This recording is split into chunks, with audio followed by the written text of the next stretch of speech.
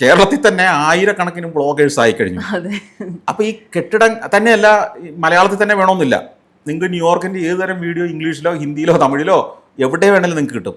അപ്പോൾ ഇനി ഞാൻ ഈ കെട്ടിടം കാണിക്കുന്നത്, അല്ലെങ്കിൽ ഈ കെട്ടിടങ്ങളും അതിൻ്റെ ആർക്കിടെക്ചറും അതിൻ്റെ ആ ഒരു നഗരാസൂത്രണത്തിൻ്റെ ഇതൊക്കെ ഒത്തിരി ഫോക്കസ് ചെയ്യുന്നതിന് പകരം അതിൽ കുറച്ചുകൂടെ കൂടുതൽ ഈ പറഞ്ഞ മറ്റു കാര്യങ്ങളുണ്ട്. മനുഷ്യൻ്റെ ജീവിതമായിട്ട് ബന്ധപ്പെട്ടതാണ്.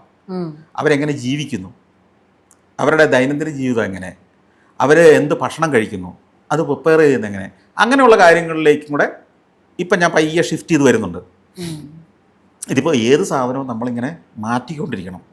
ഇപ്പം 90s ഇറങ്ങിയ കാറുകൾ, 90s ലോക നിലവാരമുള്ള കാറുകൾ, ടൊയോട്ടയുടെ അല്ലെങ്കിൽ മെഴ്സിഡസ് ബെൻസിൻ്റെ ഒക്കെ കാറുകൾ 90s ഇറങ്ങിയത് അന്നത്തെ നല്ല കാറുകളല്ലേ? അന്നത്തെ ഏറ്റവും കോടീശ്വരന്മാർ വാങ്ങിയ 90s കാറുകൾ ഏതെങ്കിലും അന്ന് മോശമാണെന്ന് അവരാരെങ്കിലും പറഞ്ഞിട്ടുണ്ടോ? എന്നാൽ അതേ കോടീശ്വരന് 90s കാർ ഇന്ന് കൊണ്ടുവന്ന് കൊടുത്താൽ അവരെന്ത് പറയും? പോരാ, നടക്കിയല്ലെന്ന് പറയും, വേറെ സാധനം കൊണ്ടുവരാൻ പറയും. അപ്പം ഓട്ടോമൊബൈൽ ഇൻഡസ്ട്രി ഓരോ ദിവസവും ഓരോ മാസവും അവൻ്റെ അപ്ഡേഷൻ നടത്തിക്കൊണ്ടിരിക്കുക അല്ലേ? നിങ്ങളൊരു മൊബൈൽ ഫോൺ മേടിക്കുമ്പോൾ 10 കൊല്ലം മുമ്പത്തെ മൊബൈൽ ഫോൺ അന്ന് നിങ്ങൾക്ക് സർപ്രൈസ് ആയിരുന്നു അല്ലേ? അന്നൊരു പുതിയ ഫോൺ ആരെങ്കിലും സമ്മാനമായിട്ട് വന്നാൽ നിങ്ങൾക്ക് ആ സർപ്രൈസിനോ അല്ലെങ്കിൽ ആ എക്സൈറ്റ്മെന്റ് ഒരു കുറവില്ലായിരുന്നു. എന്നാൽ ഇന്ന് ആ പഴയ ഫോൺ കൊണ്ടുവന്നാൽ നിങ്ങൾക്ക് എന്തെങ്കിലും എക്സൈറ്റ്മെന്റ് ഉണ്ടോ? ഇല്ല. എന്ന് പറഞ്ഞതുപോലെ ഒരു പ്രോഗ്രാമിലും ഈ മാറ്റം വരണമെന്നാണ് ഞാൻ ചിന്തിക്കുന്നത്.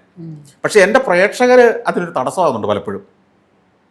സഞ്ചാരത്തിൻ്റെ ആ പഴയ രീതി, പഴയ ശൈലി, പഴയ ശബ്ദം, പഴയ അവതരണ രീതി തന്നെ വേണമെന്ന് ഞാനൊരു ചെറിയ മാറ്റം കൊണ്ടുവരുമ്പോൾ പോലും ആളുകൾ ഇങ്ങനെ ശഠിക്കുന്നുണ്ട്. അതെന്നെ പ്രതിസന്ധിയിലാക്കുന്നുണ്ട്. കാരണം ഞാൻ അതിൽ മാറ്റം വരണം, മാറ്റമില്ലാത്ത ഒന്നുമില്ല. പരീക്ഷണങ്ങൾ നമ്മൾ നടത്തണമെന്ന് ഉറച്ചു വിശ്വസിക്കുന്ന ആളാണ് ഞാൻ.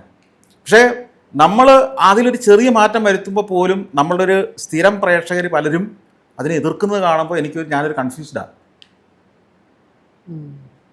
അത് മാറണം. ഇപ്പം ഞാൻ എൻ്റെ ഓഫീസ്, എൻ്റെ ഇവിടുത്തെ സിസ്റ്റങ്ങൾ, ഇതെല്ലാം ഇടയ്ക്കിടയ്ക്ക് എല്ലാം നവീകരിക്കുന്നില്ല, കാലത്തിനനുസരിച്ച് മാറ്റുന്ന ആളാണ്. ഇപ്പം ഞാനൊരു 10 കൊല്ലം മുമ്പ് പണിത കെട്ടിടം പോലെയല്ല ഇപ്പോൾ ഒരു കെട്ടിടം പണിയുക. 5 കൊല്ലം പണിത ഒരു ആർക്കിടെക്ചർ ശൈലി ആയിരിക്കും ഇപ്പം ഞാൻ പണിയുമ്പോൾ ഉണ്ടാവുക. ഇതെല്ലാം അപ്ഡേറ്റ് ചെയ്തുകൊണ്ടിരിക്കണം നമ്മൾ.